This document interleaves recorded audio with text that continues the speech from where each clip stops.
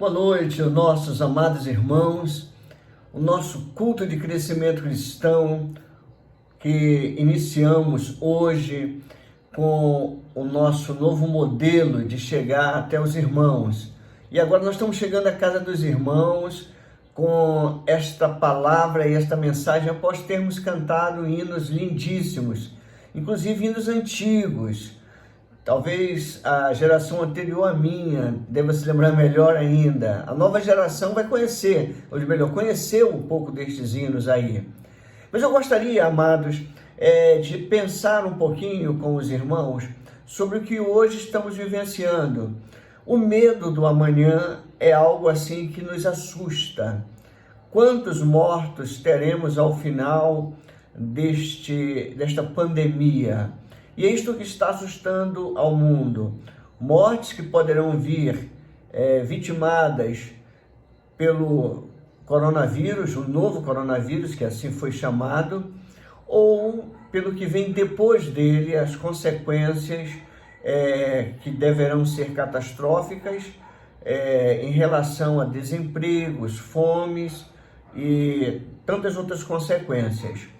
Eu sei que nós vivemos dias difíceis, dias inéditos, inclusive para a nossa geração, com o coronavírus, que ele acabou tomando o planeta por refém e acabou gerando medo e caos de forma globalizada. E nós podemos aí acompanhar governantes de todo o mundo começaram a tomar algumas medidas e eles começaram a bloquear as fronteiras, decretaram o fechamento de escolas, universidades, comércio, shopping centers, restaurantes, cinemas e o nosso caso, igrejas também foram fechadas. Ou seja, estas medidas foram tomadas porque eles acharam e julgaram ser essenciais para combater este vírus. Não é neste ponto que eu vou entrar, não é? Mas eu gostaria de pensar um pouquinho que isso atingiu vários setores. Até mesmo as Olimpíadas que estavam previstas para acontecer em Tóquio, elas já foram transferidas para o próximo ano, ou seja, julho do próximo ano, deste ano, deve estar acontecendo. Então, houve aí uma mudança. Então, o mundo, ou melhor dizendo, boa parte dele parou. E aí, com isto, vem as incertezas. A incerteza acerca dos detalhes sobre esse novo coronavírus, aliado, inclusive, com o que chega junto com ele, que é a velocidade e a facilidade que hoje nós temos analisando aí com a transmissão pela globalização. Nós somos seres sociais e acabamos tendo contato um com o outro. E isto faz com que este vírus ele passe rapidamente de um município para outro, de um estado para outro, de um país para outro, tome conta do mundo. E isto levou países a enclausurar, a fechar as pessoas dentro de casa. Nós vimos agora, bem recente, o que aconteceu. O governo do estado do Amazonas, com uma tropa de guerra, se deslocou para a Zona Leste e ali fechou os comércios para fazer com que as pessoas fiquem em casa, para evitar o contágio, para evitar a disseminação. Amados, os dados são os seguintes. Estima-se, isso aí é uma estimativa, de que 2,6 bilhões de pessoas, algo em torno de 30% da população mundial, hoje encontram-se em isolamento. E este efeito aí vai levar muitos a ter aí uma ansiedade, não é? E começam a querer aquela ansiedade pela cura, pela vacina, pelo remédio que acabe os protegendo e que acabe com o sofrimento, que acabe com a morte. E começam a cobrar. Cobram das autoridades, cobram do governo, cobram de tantas pessoas. E como consequência destas medidas, os analistas financeiros eles começaram a rever as projeções para a economia global e as previsões, elas, quero dizer para os amados, elas são tão alarmantes quanto as da própria pandemia. A interrupção de parte, amados, dos 3 setores da economia já estão gerando efeitos drásticos, como, por exemplo, demissões. Hoje, muitas empresas estão optando para demitir. Demissões em massa. Outra questão são as inadimplências. Os bancos estão renegociando dívidas e também com fornecedores. E, por último, que eu acredito que será a crise maior, com a falta de pagamento de salários. Governos já estão sinalizando com isso. Então, este é um quadro caótico que se apresenta. Eu não estou aqui para ser o profeta do apocalipse, mas é o que se prevê, não é? Então, diante dessas circunstâncias, muitas pessoas estão entrando em desespero em consequência desta situação. E aí acabam cometidos de ansiedade, de pânico, de depressão, causado pelo medo da pandemia, né, que acontece a curto prazo, e a longo prazo, e médio e longo prazo, pelo receio da falta de dinheiro, acabam cometendo tolices, não é? Eu recebi um vídeo onde aparecia um empresário, foi um vídeo de 2014, que foi colocado como sendo recente. Desesperado pela situação, ele se atirou de um prédio. Mas, veja bem, essa situação de 2014 é uma situação que ela, embora não pareça, ela acaba sendo comum, não é? Quando o desespero e a depressão chegam na porta dessas pessoas que não têm como serem tratadas. E a situação ela vai se agravar, infelizmente. Por isso nós temos que clamar, nós temos que orar para que essas previsões não aconteçam, irmãos. Ainda é importante que se diga, nós não temos uma vacina contra o Covid-19 ou o novo coronavírus. Mas eu quero entrar agora num aspecto bíblico. A Bíblia, ela detém aqui uma boa dose de verdades capazes, queridos, de remediar os nossos medos, as nossas angústias, as nossas incertezas em relação ao que vem, em relação ao amanhã. E a primeira dose, eu diria assim, a primeira dose da vacina, amados, é que as crises, elas não duram para sempre. Isto é importante saber. Eventualmente, nós podemos observar Deus, ele dentro da sua soberania, e a soberania de Deus ela é inquestionável, ele faz pesar a sua mão sobre a humanidade com o objetivo de se fazer conhecido, de chamar a atenção do mundo às situações que o mundo está vivendo. Nós estávamos vivendo aí um distanciamento, um mundo distante de Deus, as pessoas brincando com Deus. E aí nós podemos observar em textos da palavra de Deus que mostram que em determinada época Deus demonstra a sua ira, demonstra o seu poder e disciplina os seus filhos. Quem não lembra lá de Gênesis capítulo 6, no verso 7, quando o Senhor, ele resolve fazer com que grande parte da terra que o Senhor criou desaparecesse. Ele separou apenas a família de Noé e os animais da arca.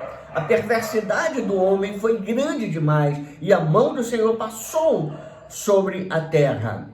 Lá em Números, no capítulo 21, no verso 5 até o verso 7, ali nós podemos observar também que o povo começava, após ter saído do deserto e Moisés tira o povo, o que acontece? Começam a blasfemar, começam a reclamar, e o Senhor envia serpentes venenosas que começam a morder o povo e muitos morreram. Então nós vamos observar, queridos, que comumente espinhos da carne, ou na carne, são colocados em nós, como nós conhecemos ali, carta de Paulo à igreja de Corinto, no capítulo 12, no verso de 7 a 9, quando ele fala sobre espinho da carne. Isso é muito claro, este texto, mas é importante que se diga que o nosso Deus, ele é compassivo e ele não conserva para sempre a sua ira. O Salmo 103, 8 e 9 diz claramente isto: o Senhor é compassivo e misericordioso, muito paciente e cheio de amor. Não acusa sem cessar e nem fica ressentido para sempre. E isso nos alegra, isso nos deixa confortável. O novo coronavírus, amados, ele pode transformar nossa vida em longas e densas noites de insegurança, de pavor, de dúvida. Mas é importante que se diga, quando o primeiro raio da misericórdia de Deus, ele começa a despontar, é importante que diga-se, amados, nós veremos a alegria, nós veremos o favor de Deus, o favor do Pai, que é pródigo em nos abençoar. O salmista, no Salmo 30, no verso 5, ele diz assim: pois a sua ira só dura um instante, mas o seu favor dura a vida toda.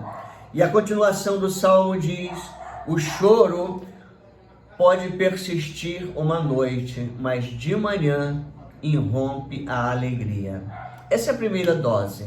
A segunda dose é a dose de verdade. É que não precisamos nos preocupar com amanhã. Amados, o Deus que proveu o maná no deserto para os filhos de Israel, provando-lhes a confiança diariamente, é o mesmo Deus que nos dá o pão nosso de cada dia. Aquele Deus lá de Êxodo 16, 20, que supriu o povo quando estava sem comida, é o mesmo Deus de Mateus 6,11, que diz: dai-nos hoje o pão de cada dia. Não somos, amados, desestimulados a fazer provisões para os dias maus, mas nossa segurança, ela deve resistir exclusivamente em Deus, e não em celeiros, e não em conta correntes, não do dinheiro que temos aplicado. Sabe por quê? Esta crise pandêmica está mostrando isso.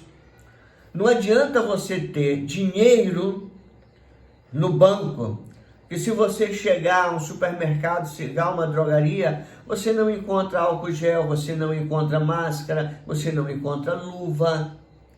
E se esta pandemia agravar-se, eu espero que isso não aconteça, eu quero que isso caia por terra, a nossa oração tem que ser esta, irmãos.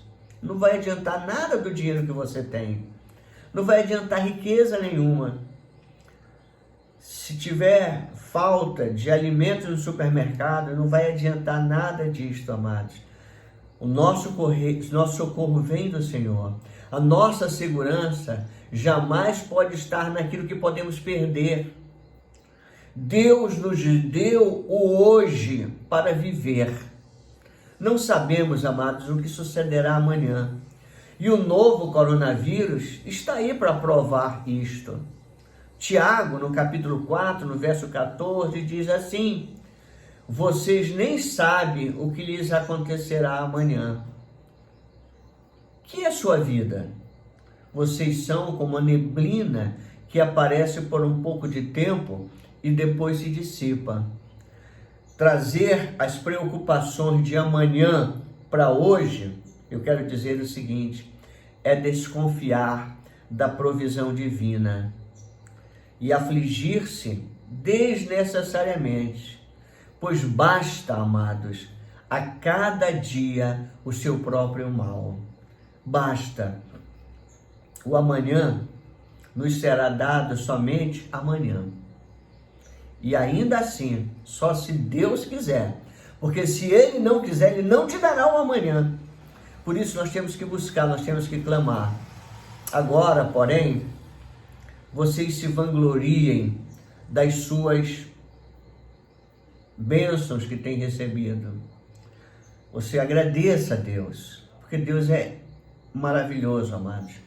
E para concluirmos, não menos importante, a última dose do remédio bíblico contra o pecado da ansiedade, o pânico, a insegurança, é que não importa o que nos sobrevenha em nossos dias sobre a terra, a esperança do cristão, ela está além desta vida, está muito além.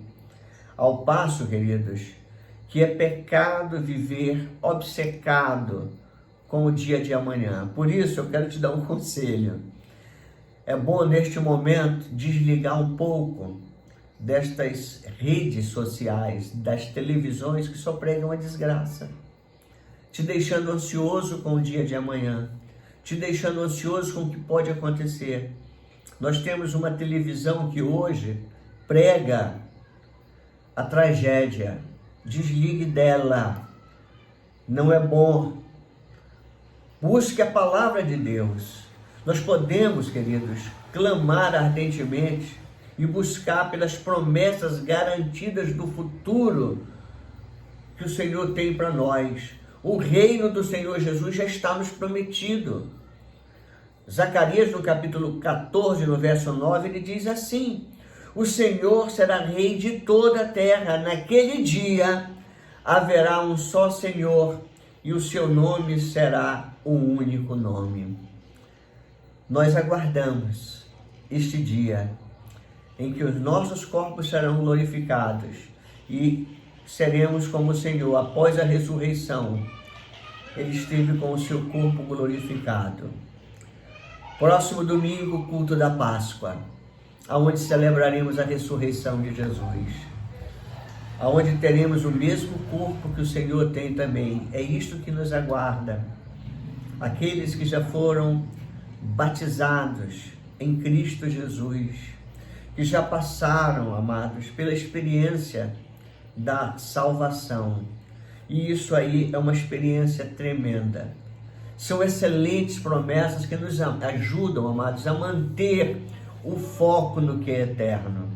Não mantenha o foco com o que é perecível, com o que é material.